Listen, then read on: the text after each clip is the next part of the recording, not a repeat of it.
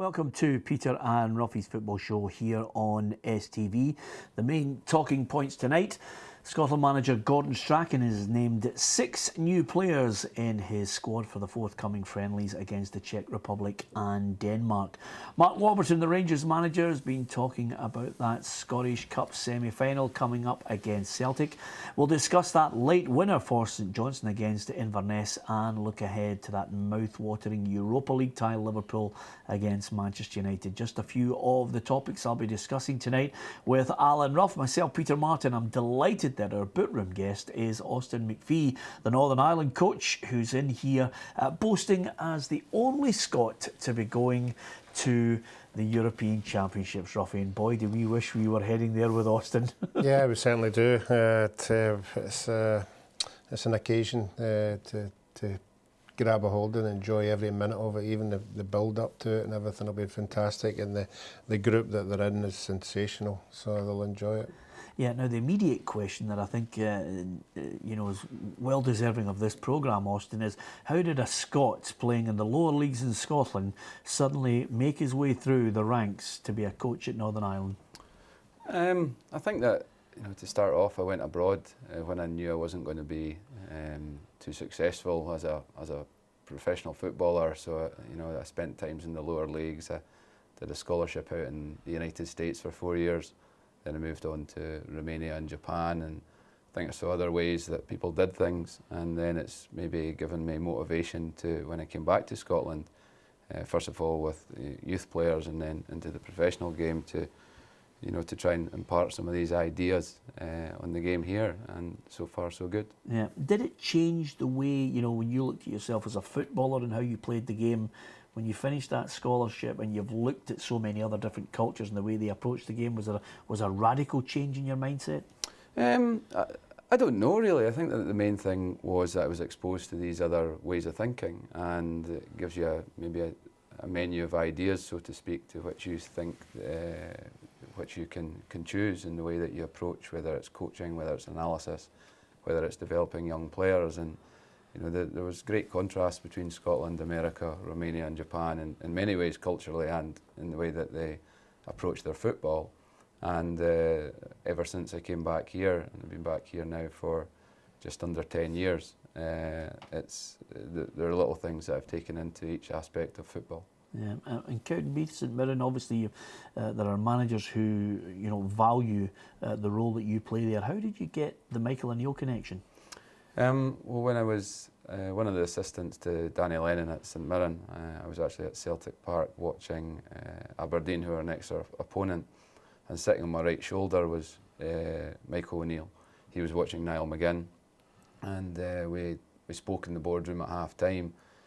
He was interested in the way I worked, and he offered me an opportunity there, and I thought that the only way that I could do that job properly was to leave St Mirren, which I then did, and I was lucky enough to join the team in South America when they played Uruguay and Chile before the World Cup, and then Michael learned more about the way that I worked, and I learned more about what he wanted. And since then it's been successful. Yeah, well, we're going to talk more about that because it's quite an interesting topic, and so many more levels to what you do that I think will interest more than a few footballers. Let's talk first of all a little closer to home, which is of course Scotland. Gordon Strachan has revealed his squad for the match against Czech Republic and Denmark. Let's take a look at the Czech Republic squad first of all. Obviously there are minor changes here and there, Ruffy, but overall 6 new faces in there, and I think as you look down the squad, the name that's screaming out there is Tony Watt. Yeah, Tony Watt, he's been travelling about, he tried Belgium, and I think he picked up a lot of unfair criticism. He was just about tabbed as a troublesome player who couldn't settle down, wouldn't adapt to, and I thought that was pretty unfair of him. I think some of the clubs he went to, he just didn't get a real crack at it, and I think he is now since he's went down to England. And obviously Gordon saw something in him. I think we've all saw something in him when he was a young boy, but I think his potential might just be what we're looking for. Yeah, well, the Scotland manager's been talking about Tony Watt, and he says it's up to him. He has an ability, and it's up to him where he wants to go with that ability. If you have that ability, it's up to you where you want to take it. It's not up to anybody else.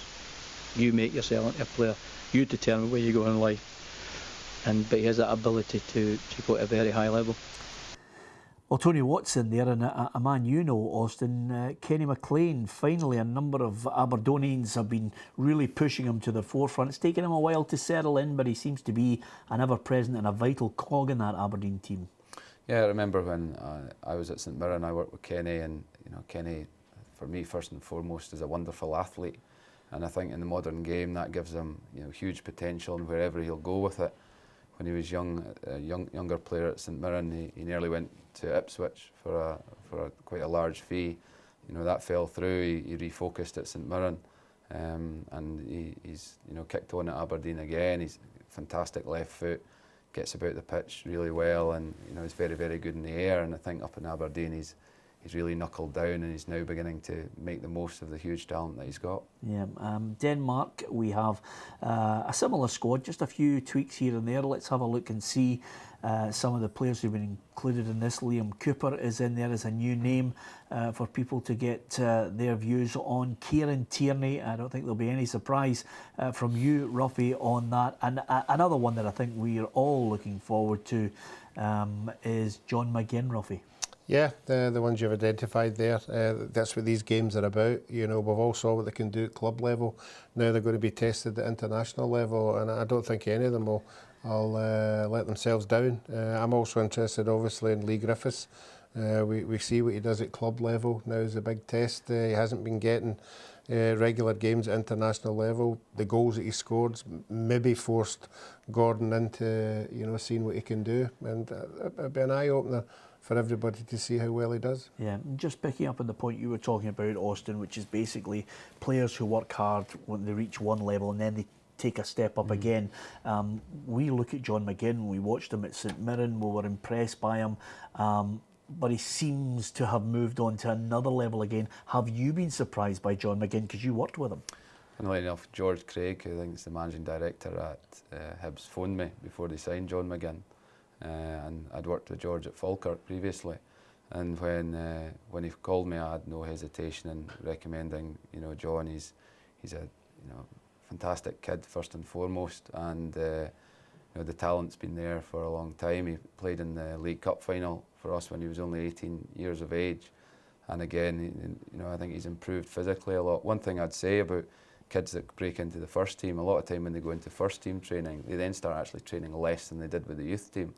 It's very important, I think, especially for players under 25, that they just don't follow the first team schedule, that there's extra training, whether it's individual, whether it's fitness work, whether it's strength work, to really make sure that they develop more between the ages of 20 and 25. And I think Kenny and John are two prime examples of that. Yeah, I mean, do you place an importance on the physicality of building up your body? The reason why I ask that is because we've been talking to somebody over the last couple of days talking about the change in Jay Fulton, who moved from Falkirk. And again, here's a guy who wanted to try and establish himself in a Premier League side in England, but worked hard on the weights, built his physique, which is something that you see a lot in down in England rather than up here. I think that if you take the world as a whole, like you look at Real Madrid, and there's some very well publicised photographs of Cristiano Ronaldo before he went to Real Madrid and after, and Gareth Bale before he went and after. And we actually, I've worked with Houston Dynamo before, and they told me that the sports scientist for Real Madrid was actually hired from NASA, wasn't hired from within football. And they're going to extremes now to try and make the most of players, and I know at Hibs, the kind of players that they're signing are the players in that age group between 20 and 25, and they feel that they can, the programme they've got there, grow them not only as a player but also as an asset.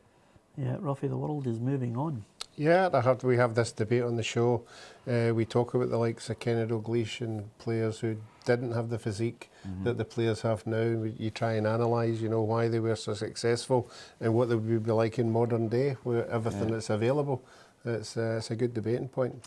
Yeah, absolutely. I particularly like Austin's mention of NASA. If we can get that number of them and work on our physique, we could have a completely different Peter and Ruffy show for you in the next couple of months by the time we invite him back. Anyway, lots more to come from Austin MacPhee. Ruffy is here with me. We are going to talk about Mark Warburton, Mark Hateley as well. We'll hear from the Rangers legend on the programme. We'll talk about St Johnstone Inverness and look ahead to Liverpool and Manchester United. It's all coming up after the break. Welcome back to Peter and Ruffy's football show. Monday to Friday, you can join us at 7 o'clock with the repeat a little later on, just in case, Ruffy, as we always say, you're not in control of the TV control earlier on in the evening. And as ever, we always like to bring you different boot room guests from right across Europe. And I'm delighted that Austin McCann, a Scot who is the coach with Northern Ireland's international team, Austin MacPhee, I beg your pardon, with the Northern Ireland international team is with us here. Austin McCann, famed for hitting a 30-yarder for Hearts. But Austin, not quite sure of your striking prowess, but I'm certainly sure of your coaching prowess. A number of players that you'll be watching here, we've narrowed it, well, I think we'll get 6 or 7 Scots that you'll be keeping your eye on here. But of course, when I look at that Northern Ireland squad and the players, I'm like Evans, Macaulay, McGinn, Davis, obviously they're playing in the Premier League, but there's not a huge squad. I mean, we're looking and dissecting Scotland, why we didn't make it, literally dismantling the whole youth system. Yet you guys, it's been unbelievable. Yeah, I'm just looking at Scotland squads here, a fantastic array of players, and I'm sure that they'll build on what they've done in this campaign. I mean, Northern Ireland only has, I think, 42 full-time professional footballers, so in short, if you're Northern Irish and you play full-time football, you've got a good chance of getting in the squad. But no, in Scotland, I think it's testament to the SPL that when we beat Greece 3-1, who had 9 players who played in the Champions League the week before, we had three or four players out of the SPL who took part in that game, and they stood up. They did very well, and coupled with the experience of the likes of Stephen Davis, it's a very strong chemistry within the group. Yeah, I mean, we've watched him on many an occasion when he was with Rangers, and I think I've interviewed him on more than a few occasions, an absolute gentleman, but gone down to Southampton, and I think, again, we're talking about levels, gone up again. Yeah, Stephen is a great leader for the group, and he's also very, very humble, and by that I mean, he doesn't think less of himself, he just thinks less about himself. It's not only the players he's checking with, if people are okay, it's the staff, and he leads by example. And in my conversations with Stephen, and it's great speaking to the guys in the English Premiership about working with the likes of Paddy McNair with Van Gaal, or Stephen with Pochettino, and now Ronald Koeman. He speaks so highly of Pochettino. He said he'd never been so fit, and he said the intensity that he had installed in training and the clarity with where he had to be on the pitch at each moment in the game.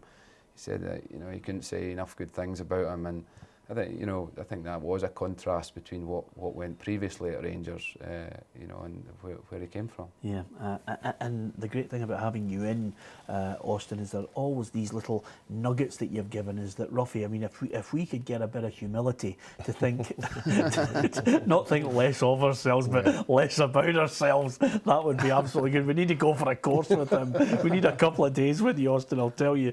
What's your chances? I look at that group and I'm thinking to myself, Northern Ireland, you've got Ukraine in there, you've got Germany, you've got Poland. Yeah, I mean, when the draw came out, the thing that I personally focused on was the order of the games, not actually the team, because we were always going to be the weakest team in the group. So when I saw that Germany were the last game, I thought that was very positive for us. Now, as long as Germany behave like Germany and win their first 2 games, that means that our rivals can maximally only have 3 points.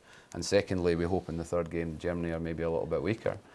So I think that the group's very, very tough, arguably the toughest in the Euros. But the flip side is the order of the games is very favourable, I feel. And can I just pinpoint something that I think might be maybe a quality from your own point of view and the greater coaching staff that you have there?